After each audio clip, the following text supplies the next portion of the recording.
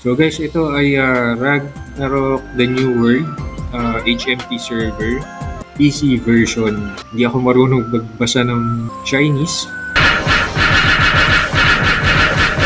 May paraan nga ba para maging English version yung Ragnarok game nyo? Paano gagawin? Ituturo ko sa inyo.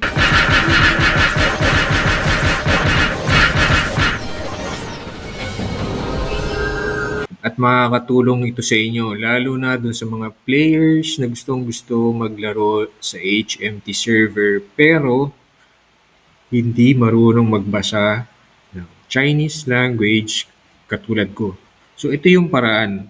Una, download nyo tong Ragnarok The New World. Once ma-download nyo yan, search nyo din sa Google nyo, Lago Fast. I-download nyo yung app na yun.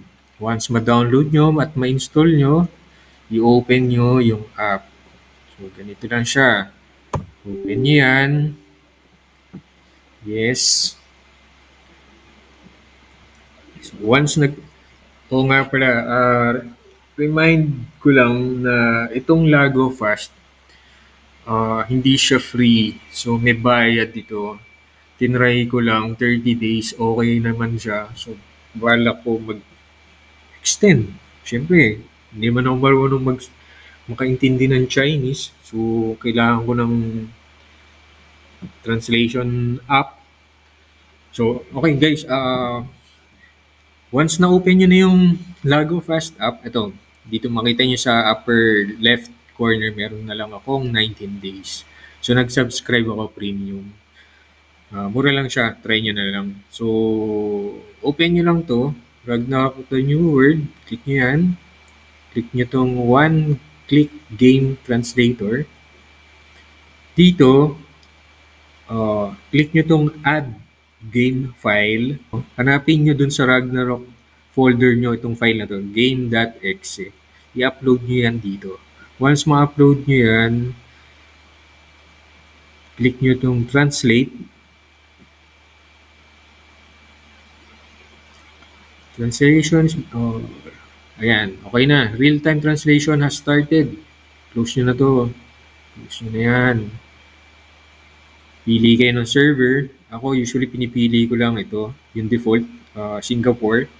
Click nyo tong boost.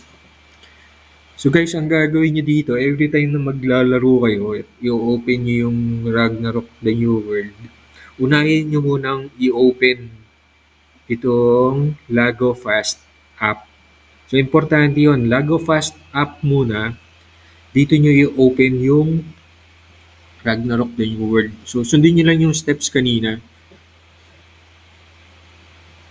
Yan. Tapos, start game na. So, again, guys, since first time yung gagamitin yung translator app, minsan may time na hindi siya agad nagta-translate. So, antayin nyo lang.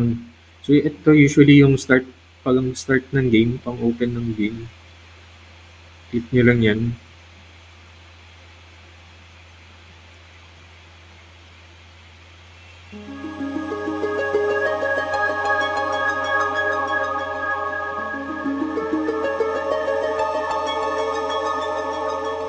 Kasi itong translator app, kailangan niya din ng time para ma-load niya yung mga text in-game at mai-translate niya. So, once ma-memorize niya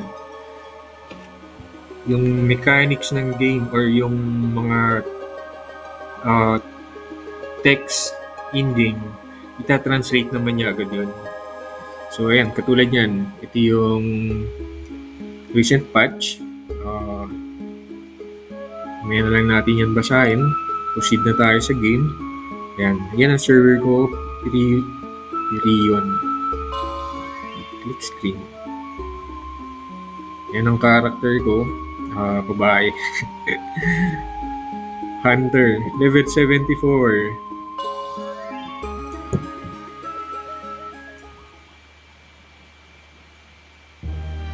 Adjust ko lang yung window. Yan. So, mapapansin nyo, English na yung text nyo. dito sa left side. Ayan, pati yung mga icons niya. Icons na tawag dito. So, sa inventory, box tayo ng inventory. Ayan. So, sample, equipment. Kita nyo, ayan, Chinese yung text niya. Click nyo lang sa ibang equipment. Tapos balikan nyo lang yung equipment hanggang sa mag-translate na siya. Kung hindi pa niya na-translate yung ibang item, ulitin nyo lang. Parang nagre-refresh lang siya. Ayan. So, English na siya. Okay. So, ganun na siya kasimple. So, sa mga gustong maglaro sa HMT server, download nyo na lang again yung Lago Fast app. Paid version yung subscribe nyo. Subscribe kayo sa premium. Okay, para gumana siya. Or kung merong trial version, try nyo na lang din kung gusto nyo. So far sa akin, okay naman. Nata-translate naman niya yung mga text in-game. Yun natin sa iba. Ayan. So, Chinese pa siya. Ayan. Okay, napansin nyo, nag-translate na siya to English. Ganun lang siya, guys. Madali lang. Mas ma-enjoy nyo yung game sa HMT server kung syempre, kung naiintindihan nyo yung mga text, mga descriptions. So, good luck. And sana may natutunan kayo today. Kaya download nyo na lang yung game. Sundin nyo na lang yung guide. Okay? So, good luck, guys. Sana magkita tayo dito sa server. Pipiliin nyo yung Pirion server. Alright. So, pilingan nyo na lang. Habol na lang kayo magpa-level. Okay. So, marunong na kayo. Gawin nyo ng English version yan. See you in game.